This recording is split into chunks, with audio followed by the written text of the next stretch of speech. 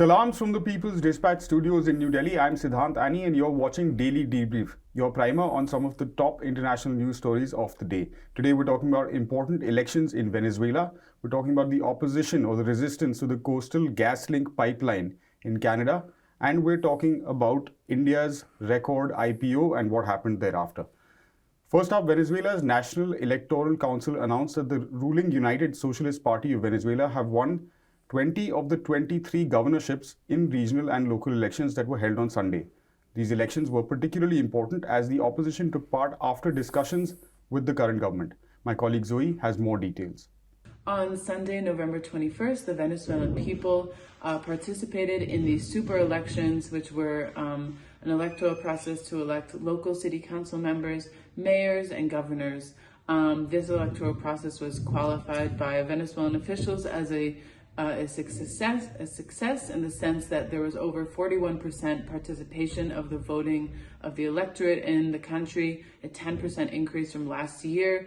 The process went about in a peaceful way. There was a lot of tranquility in the streets, no incidents of note in terms of irregularities or in other situations. And then in terms of the results, it was a resounding victory in favor of the Chavista Alliance, which is the Great Patriotic Pole. It's an alliance that's led by this United Socialist Party of Venezuela, PSUV. And this alliance was able to win 21 out of the 24 state governors, as well as the mayor's office in Caracas. This is seen as a very important victory given the current situation in Venezuela, where it's seeing a return to some stability in some senses, a return to economic stability after 3 years of very, very intense economic crisis, political crisis, other things of note in these elections. It was the first time that the far-right opposition had participated in the electoral process since 2015.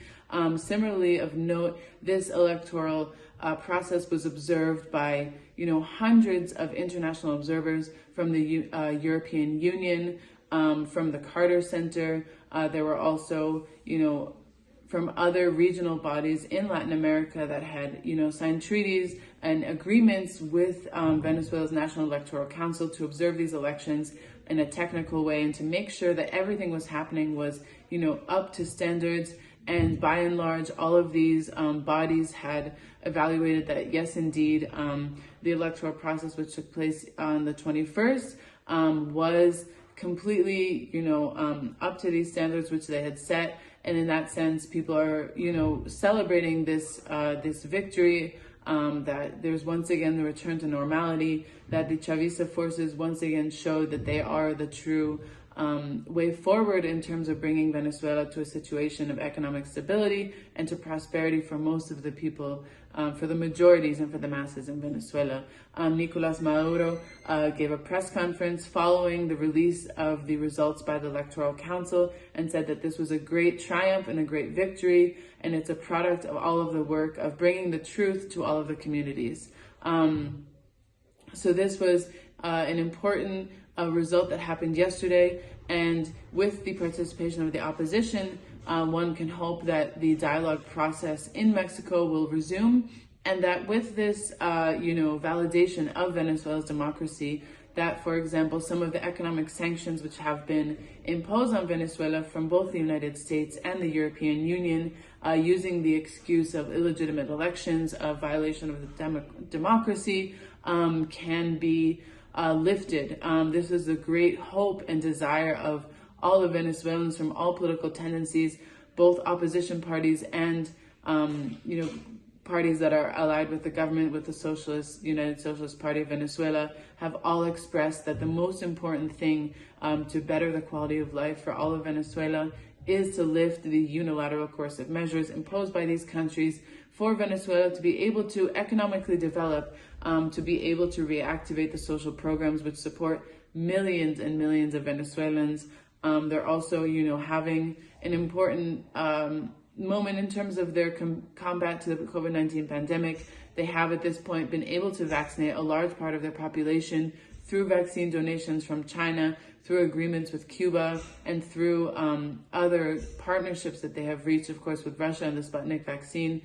So things are definitely turning a corner in Venezuela, and we will see what happens in the coming days with regard to the sanctions, with regard to the response of the United States to this democratic process, which was not only validated by regional bodies, but also by the European Union, by the Carter Center, and other not necessarily obvious friends of Venezuela. So stay tuned. Right. In Canada, indigenous groups are resisting a multi-billion-dollar oil pipeline and also asserting their sovereignty over the lands where the pipeline was supposed to come up. In the province of British Columbia, 15 people, mostly from the native Wet'suwet'en tribe, including a journalist, were arrested on Friday from a blockade of a drill site. The opposition to the 670-kilometer long coastal gas link pipeline has been ongoing for almost 10 years. Joining me on the show now is Anish of People's Dispatch, who's been covering the story. Anish, please give us a brief, firstly, background on this case and why it's being resisted. So the pipeline was first proposed in around 2012, and there have been multiple consultations with the native groups, and for a long time the idea was that the pipeline would not be going through any of the unceded lands of the native groups, which includes Wet'suwet'en and Gitxsan. These are the two groups that you can that are prominent in this place. Right. But by 2016, it was very evident that the proposal would require that a portion of the pipeline will go through much of the Wet'suwet'en lands. Right. Now, when I said unceded land, this is a very particularly important topic for indigenous rights in Canada, especially considering the fact that in a state like British Columbia, you have most of the land, actually, a bulk of the land, some estimate more than 90% of the land being unceded indigenous lands, right, including its major city, Vancouver. So these are lands that were never written off or given to the Crown or any of the Canadian government. And so these are considered by the indigenous groups, at least, argue that they are kind of like sovereign territories. And they have been arguing, especially in many court litigations, that these lands belong entirely to them, and they require self-government, at least, to rule these or govern these lands with their own laws and rules and regulations. But there have been other, because of Canada's long history of colonialism and alienating, or what the native groups call alienation of these lands. It has been a long history of getting lands that were never, through other means. For instance, logging activities has been quite common in British Columbia, and similarly, pipeline constructions has been through native lands has been quite common. So this issue has been going on for, as I said, nearly a decade now. For the groups, for especially the Wet'suwet'en clans, it's a group of multiple clans. Right. They have been trying to assert that this land belongs to them. It belongs to the hereditary chiefs that govern them in a more traditional governing format, and not the elected band councils that they have, which is a very controversial thing itself among the indigenous communities, especially considering that it comes with a very colonial law, which is called the Indian Act. So that is where the band councils have come from. The company has been arguing that the band councils have given them permission to build the pipeline through the land. But the native tribes, especially the traditional chiefs, have refused this kind of authority to the band councils, who are there only for, even within the colonial system, just to govern the existing land and not really to hand over its usage to other groups. The case for Wet'suwet'en sovereignty, which is still ongoing, it is still an open-ended case that is there in the Supreme Court, is still a major bone of contention between the indigenous groups and the company itself, right, especially the Canadian government. So there is multiple layers of indigenous history that has been trying to be swept over by Noel Company, basically. And for recently, they tried to assert the sovereignty by giving an evacuation notice to the that is the immediate trigger of the current confrontation and the standoff that has been happening Right. for more than a week now. And the evacuation notice was given on November 14th, and by November 19th, the RCMP, which is like a federal police force, have taken it upon themselves to intervene on the matter. They try to clear the blockade that has been put up on the drill site. Much of the pipeline has been constructed. It is just this portion within Wet'suwet'en lands that is yet to be constructed. So it is still a major bone of contention for the pipeline. It is a major roadblock. The camp, fortunately or unfortunately, despite all the arrests, which includes many elders, including also includes a journalist and people from other tribes who have been arrested, despite all of that, the camp was not cleared. So the movement is still ongoing. You still have people coming up in solidarity with them. So it is going to be an ongoing movement for in the next couple of weeks at least. We can see the standoff not going anywhere and the tribes not giving up. Yeah. Now that you've set up the context for us so nicely, tell us a little bit about why this resistance is also has wider significance in terms of sovereignty issues over these indigenous lands. Yeah, so as I said, like British Columbia has a certain long history of, with a very contentious history actually, with unceded lands and native lands, especially considering most of their land is unceded. Right. Wet'suwet'en and the neighboring its communities have been engaged in legal battle with the British Columbian government, and for them it is a matter of asserting that sovereignty.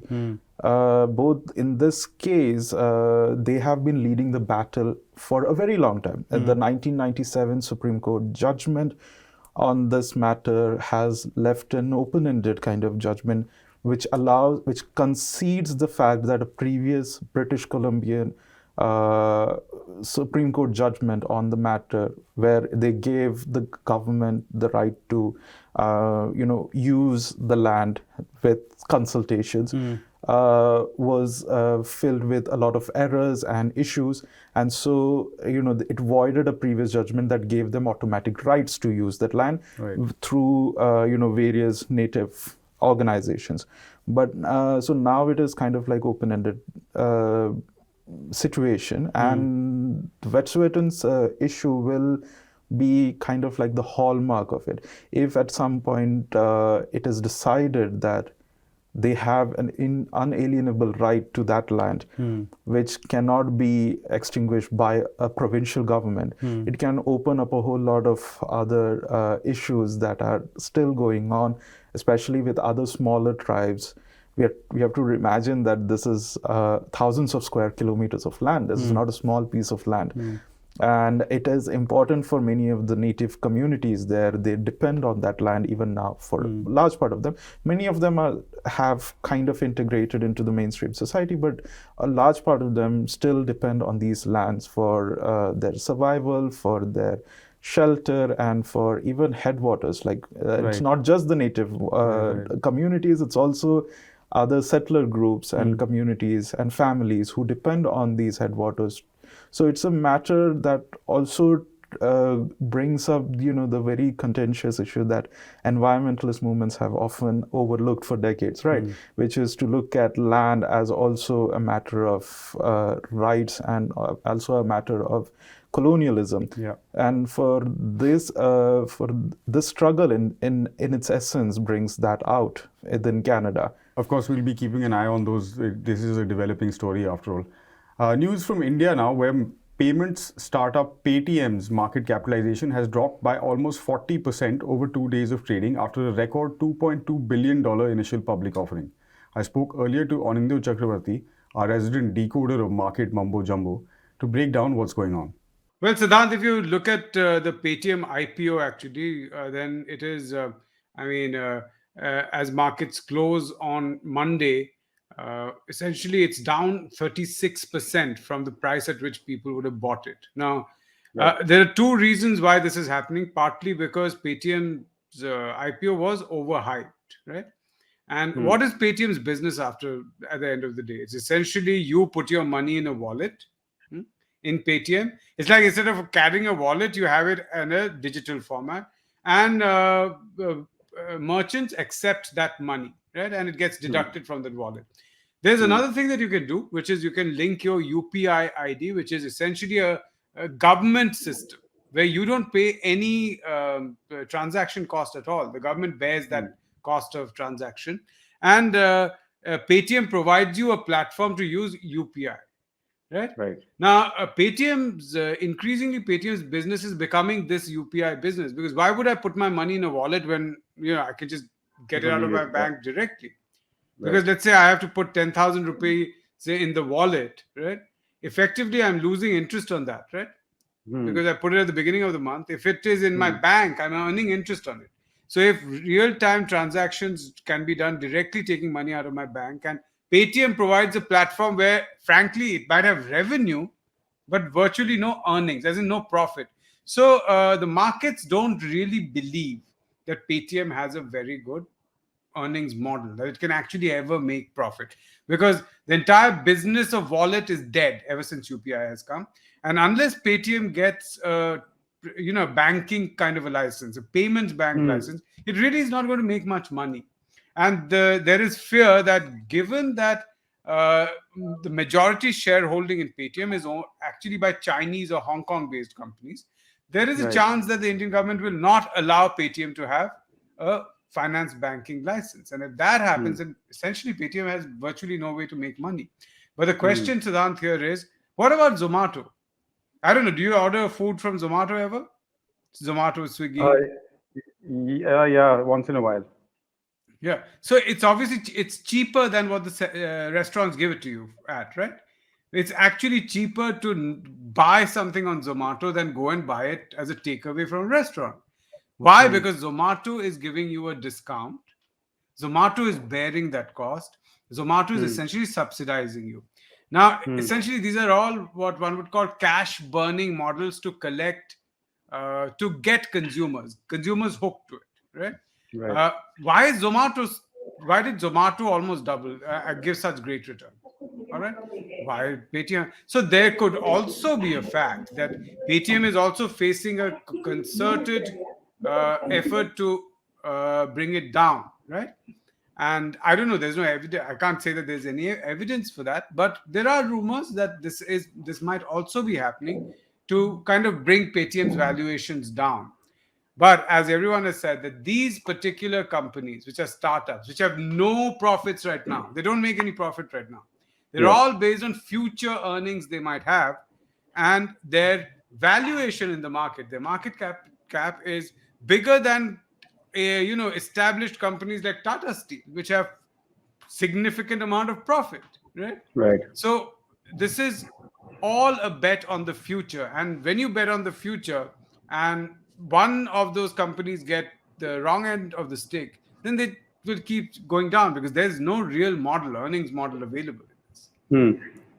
So if we can make it a slightly broader question, Anindya, about maybe from the perspective of emerging markets, there is this sort of dissonance between what's happening in the markets, or the share markets at least, and what's happening on the ground in terms of actual economic output, spending, all of those things. How are you doing?